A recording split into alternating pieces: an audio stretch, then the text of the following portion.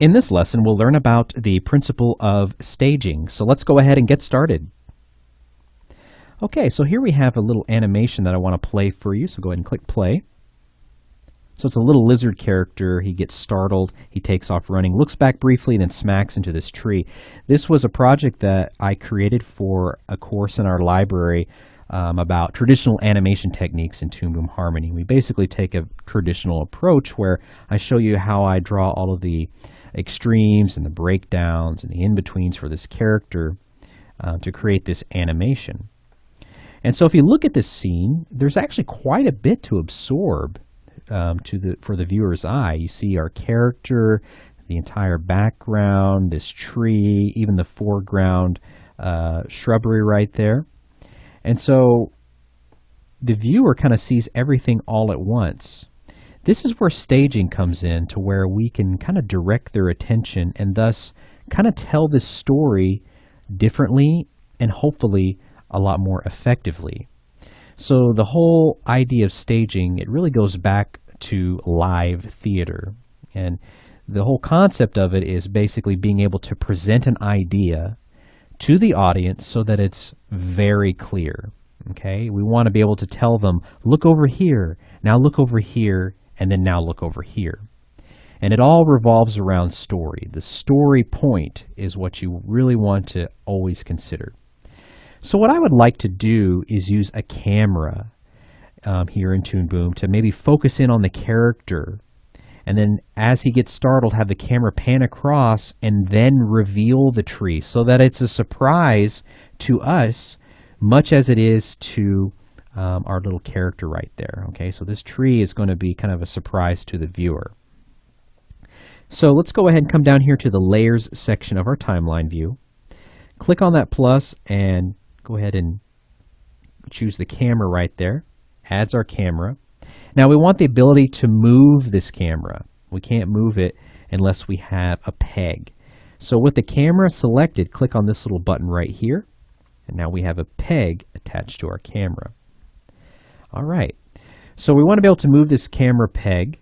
So we're going to use our translate tool, and we're also going to use our scale tool up here in our advanced animation toolbar. If you do not see this toolbar, I kind of mentioned this in a few other lessons, come over here to Windows, Toolbars, checkmark Advanced Animation.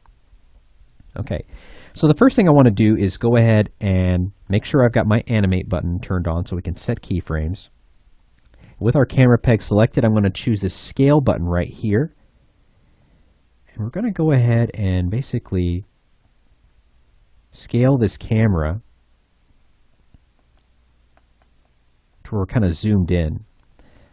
I'm going to take my translate tool now. I'm going to move it over. And I might want to scale it up a little bit more. Maybe right about there. And I want to keep the camera confined to the scene. I don't want it off like that, because when we do a preview of it, you're going to see black over there. It'll just look weird. Okay? Something kind of like that. You want to leave a little bit of room at the top of the character's head so that it doesn't kind of create a visual tangent. Okay? So we've got our keyframe set right there. I'm just going to go ahead and jump to the end of our scene here, and I'm going to take that right arrow and just drag that camera across right there. And of course it creates that interpolation in between. Now we're not done yet, because if we click play, the camera moves in a very linear fashion and it's not keeping up with our character. We actually need to hold for just a little while, because you can see he gets startled, he hasn't taken off running yet, and he kind of does a little bit of a wind up, and then he takes off running. So we don't want to miss all that if the camera is moving ahead. So I'm just scrubbing through here, trying to find a good point where I'd kind of want to hold this camera. Probably around frame 22, because it's after that he takes off running. So I'm just going to take that first keyframe, copy it, come over here to frame 22, paste it in. We can start to play and kind of see how that's looking. Now, we're getting closer, especially as I scrub through. However, kind of towards the end there, he hits that tree and we miss a lot of it right there, okay, with our camera.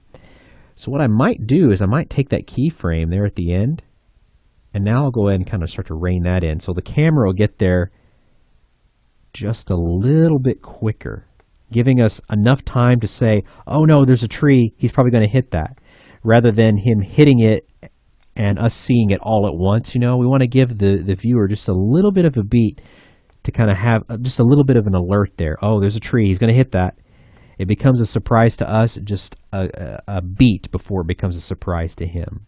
And I think that will resonate better with an audience than having the camera show up a little bit later and it all happen at once for both the character and us. So hopefully that makes sense. So right about there, I think will work fine. I'll kind of click play and see how that looks. All right, very nice. So what I'm going to go ahead and do is kind of do a preview. I'm going to click on this button up here, and it'll take a little while. So I'm going to go ahead and pause the video, and then I'll come back, and then we can watch it the way we really intend to see it now. All right, so let's go ahead and click play. See how this looks. All right, pretty cool. So now we're telling this story. We're telling this whole scene that's unfolding. We're telling it in a different way than what we saw initially, right? Okay, so we start off by seeing the character in its entirety there. So we kind of establish the character. We see what happens. We give the camera enough time to kind of hold, and then we follow along, and we see that tree just a quick beat right before he smacks into it. And again, it kind of comes back to, we don't want to see the action, everything all at once. We don't want that to be the big reveal all at once to us. And we also don't want to miss it. So that's where we kind of adjusted our camera there. So we see that tree just right before he hits it. And I think that's important. I think it's an important part of telling the story. You don't want it to happen, again, all at once, okay? So just playing this a few more times, you can start to analyze it, break it down, and figure out if there's anything else you really want to tweak. But this is just a simple example. Again, the whole thing with staging is really kind of directing the viewer's attention, saying, look over here, now look here, now look here, okay?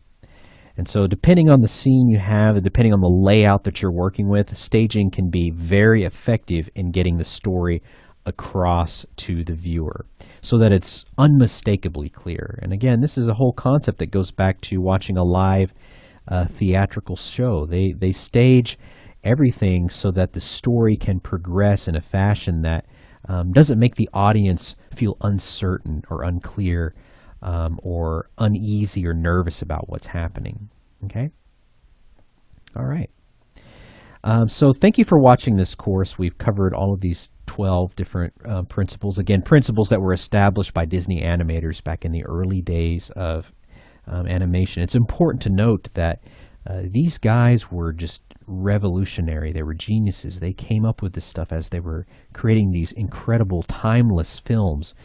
And so and these are principles that are still used today, not just in 2D, but also in 3D. So again, I encourage you to check out any books about these early animators and a lot of these concepts that they were coming up with. I think you'll find it very beneficial, even if you're a seasoned animator or someone that's just starting out. So once again, thank you for watching. I've had a lot of fun, and we'll catch you in a future course.